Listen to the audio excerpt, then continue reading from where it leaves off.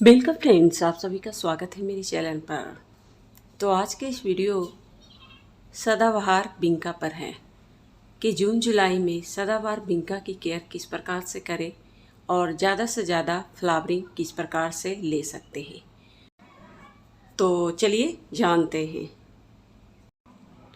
तो सबसे पहले ये देखिए फ्रेंड्स, कुछ सदाबहार बिंका के पौधे जो समर में अच्छी तरह से फ्लावरिंग कर रहे हैं। इनमें से कुछ देसी सदाबहार हैं और कुछ हाइब्रिड सदाबहार।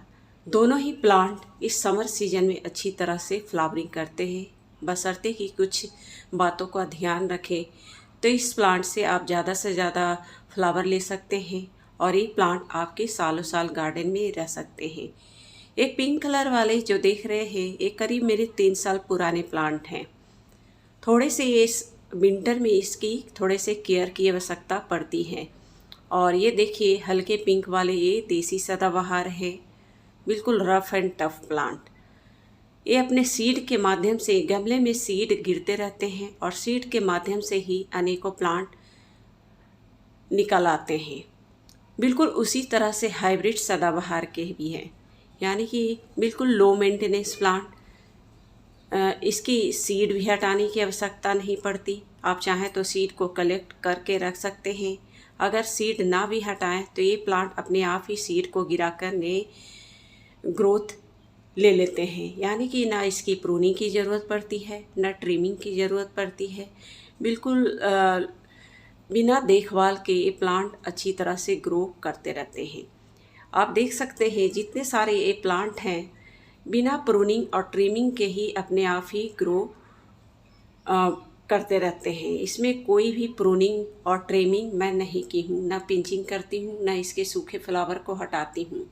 अपने आप ही इसके सूखे फ्लावर सूख जाते हैं, या तो सीड बनते हैं, सीड बन के इधर उधर बिखर जाते हैं, या फिर सूखे फ्लावर गिरते रहते हैं। इस प्लांट की बिल्कुल आप लो मेंटेनेंस प्लांट कर सकते हैं। बिना देखभाल के ये प्लांट अच्छी प्लांटों की गिनती में आप कह सकते हैं।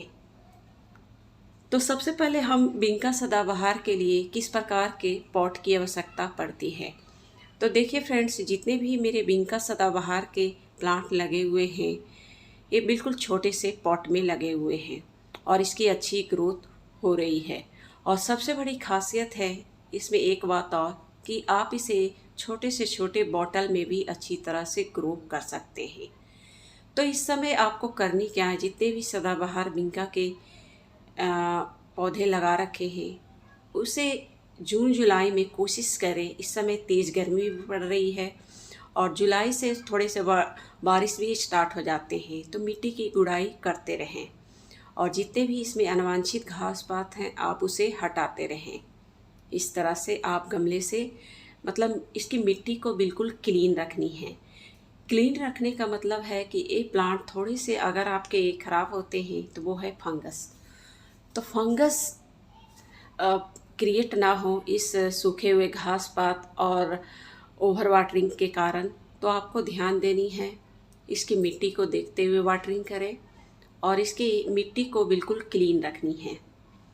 और समय समय पर आप कोशिश करें 7 दिन के अंतराल पर जितने भी गमले हैं उसकी गुड़ाई करते रहें उसकी मिट्टी की।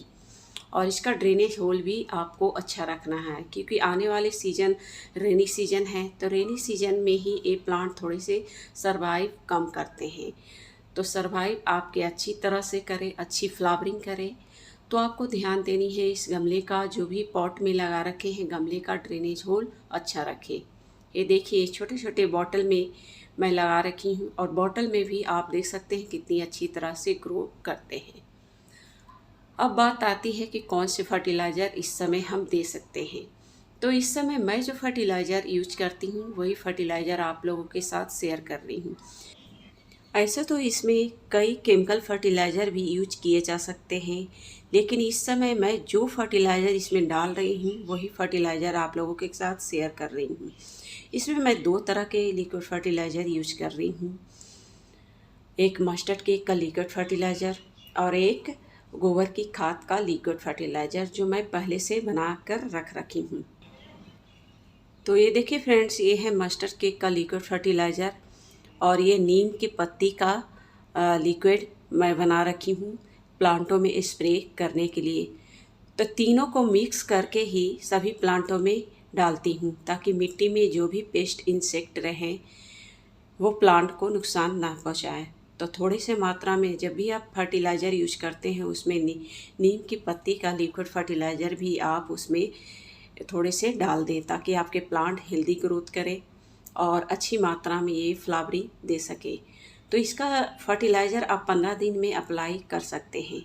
इसके जगह आप चाहें तो DAP के 4 से 5 दाने अपने गमले के अनुसार, जैसे 12 से 14 इंच के गमले हैं, 7 से 8 दाने मंथ में भी डाल सकते हैं। ये भी फर्टिलाइज़र इस प्लांट के लिए बेस्ट है।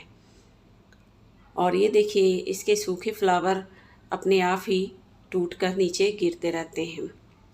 और दूसरा जो काम इस पर आपको इस समय करनी चाहिए, जून जुलाई रेनी सीजन में, इस पर थोड़े से अगर बरसात शुरू हो जाएंगे तो इस समय पेस्ट इंसेक्ट भी, फंगस प्रॉब्लम भी इसमें देखे जा सकते हैं। तो आपको करनी क्या है, इसमें आप फंगिसाइड पाउडर का स्प्रे करते रहें। तो मैं भी 15 दिन के अंतराल पर इन सभी प्लांटों पर फंगिसाइड पाउडर का स्प्रे करती हूँ। ये देखिए मेरे पास है, ये बेनफिल का सिस्मेटिक फंगिसाइड है जो बहुत पुराने हैं, इसी का मैं यूज करती हूँ। इसे पानी में घोल रखी हूँ और कोशिश करें इसके पत्तों पर स्प्रे करें और इसकी मिट्टी में भी आप थोड़े से डाल दें तो बेहतर है, ताकि छुपे हुए पेस्ट इंसेक्ट आपके मर जाए। क्योंकि मिट्टी के माध्यम से ही इसके रूट में फंगस लग जाते हैं जिसके कारण आपके प्लांट खराब हो जाते हैं।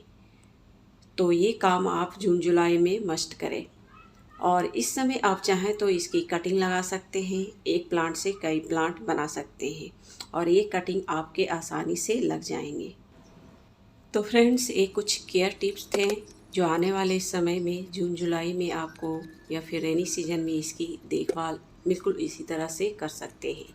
तो मिलते हैं फिर नेक्स्ट वीडियो पर, तब तक के लिए धन्यवाद।